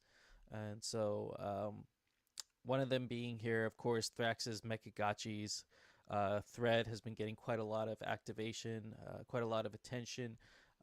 Give your feedback, especially regarding the how you'd want to see Aavegotchi's traits and that sort of thing integrated into this experience. Next one here I see is also revenue sharing for DAO funded initiatives. This was brought up by Oliver Spoon and kind of prompted by Gotchi Farmy's Chad Move to actually not donate but contribute. I believe it was 50% or a little over 50% of the game revenue from the sandbox experience back to the DAO. So again, this was not put in their original proposal, but the Gotchi Farmy, they're just Chads and they have been able to kick back some funds back to the DAO as the sandbox experience picks up. So that started a conversation around when we're building games, and do we need not do we need but do we want to have some sort of like a general framework around how we would deal with projects when we're funding big, especially big projects, how we want that revenue split to work out for the DAO. If there's a fixed number, um, if there's going to be some sort of an assessment on each project, I think this is a good thread to discuss that. And yeah, please provide your feedback there. There's been quite a lot of discussion, so that's something we can have a more formal discussion on in maybe over the next week or two, and ongoing discussion as well. So yeah, just check that thread out. And here we go. I think this one was mentioned last week.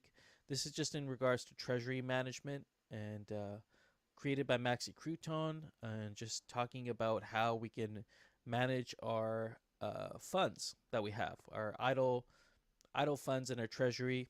It's more a discussion on if we should be managing it in a more active way, or if the DAO is happy with the way we've been managing them. And there's not a recommendation, but an idea to maybe use Aave v3 to deposit funds. And so those are some of the more active threads that have been going on recently. Want to get your feedback on that. Of course, we also have the Freckle Aavegotchi thread that's been going on as well, by Lord Trivia, which is another experience coming to Aavegotchi DAO. So please give your feedback there as well. And so those are just some of the ongoing threads, and check those out. Yeah, that's all I really have for this call. Actually, one more question I did kind of want to throw out there is ThriveCoin is now ended, right? Season 3 has now ended officially, from what I understand.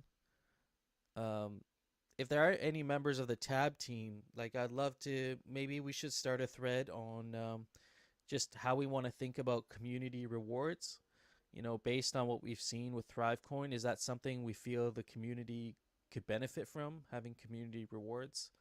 Or maybe even a different platform that we might want to use, depending on how we feel about it. But I think that's worth having a thread conversation about as well. Yeah, Soju saying we're ended. Yeah, phase. Yeah. Are they claimable? I think. I can. Go I ahead. am more than happy to speak on this. Please I do. would Please do. definitely suggest that we go in a different direction and not use ThriveCoin ever again. Okay. The team is nice people. I have nothing against them. But yeah, it was not a great experience as both the user and somebody on the tab. I do not want to do it again. So. Okay, excellent. I mean, that's great feedback. And from a concept point of view, aside from ThriveCoin, do you think it's something potentially effective that we could use? Like, do you think it's a useful thing to have some sort of a protocol or system for rewarding friends that are contributing in meaningful ways? Absolutely. I think it was a good learning experience, both on the DAO end, on the tab end. I had like one idea with hardcore kind of and crypto-gotchi kind of coming up from what happened with Thrive. There's been talks of other things. I think the give praise idea in general is a good idea and has its purpose for like small rewards. It's just like a nice thing for the community. And then if we can get some sort of like, ATF, DTF, whatever we had before going, that would be great. I kind of like revived that thought.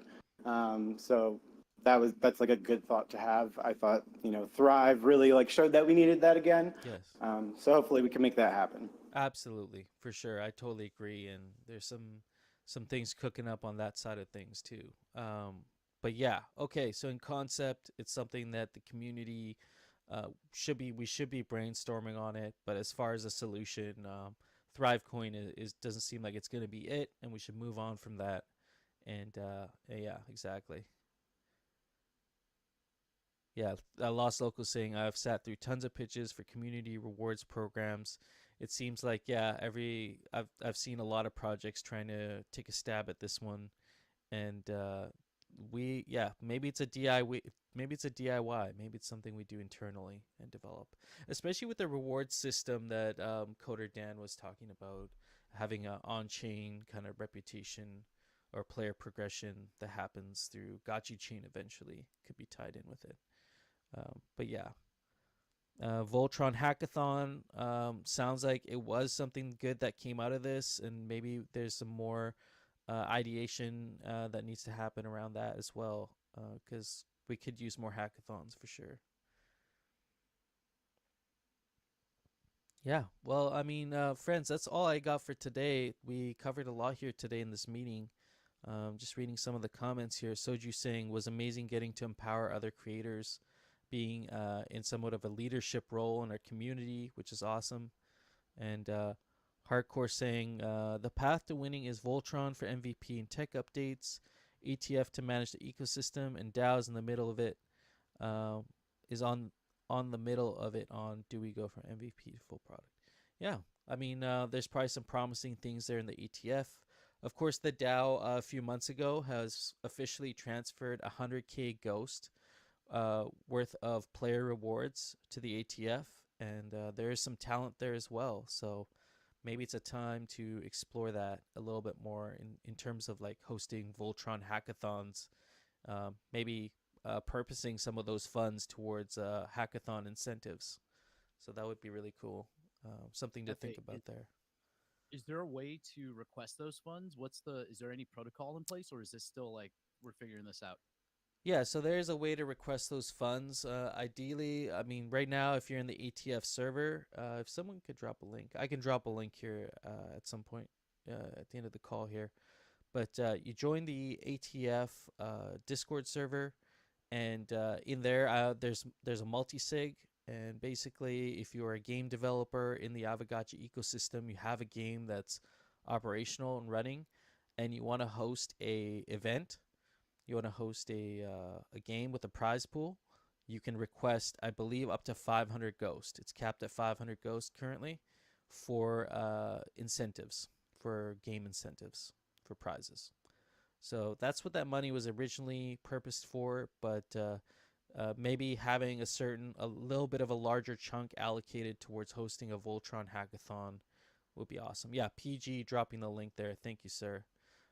So anybody interested in either deving, if you're beginner dev, or you are a dev and you want to build a game, that's a great place to bounce ideas around, ideate a little bit. And also, if you want to host your own tournament or experience around a game that you've built, then you can also request up to 500 ghost in that server.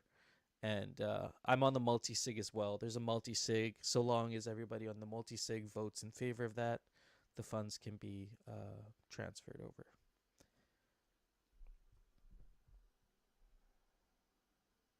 So that's the process there, basically. But yeah, with that being said, I think we're at the end of the call here, friends.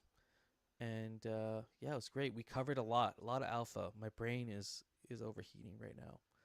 But I'm looking forward to all these experiences. It seems like we're picking up our stride as the market's starting to look a lot more optimistic. And, we're going to get more gotchis in front of more eyeballs this year for sure. I'm looking forward to it, and I'm here for it. So thank you all for coming out and joining on this call, all 60 of you that are still here.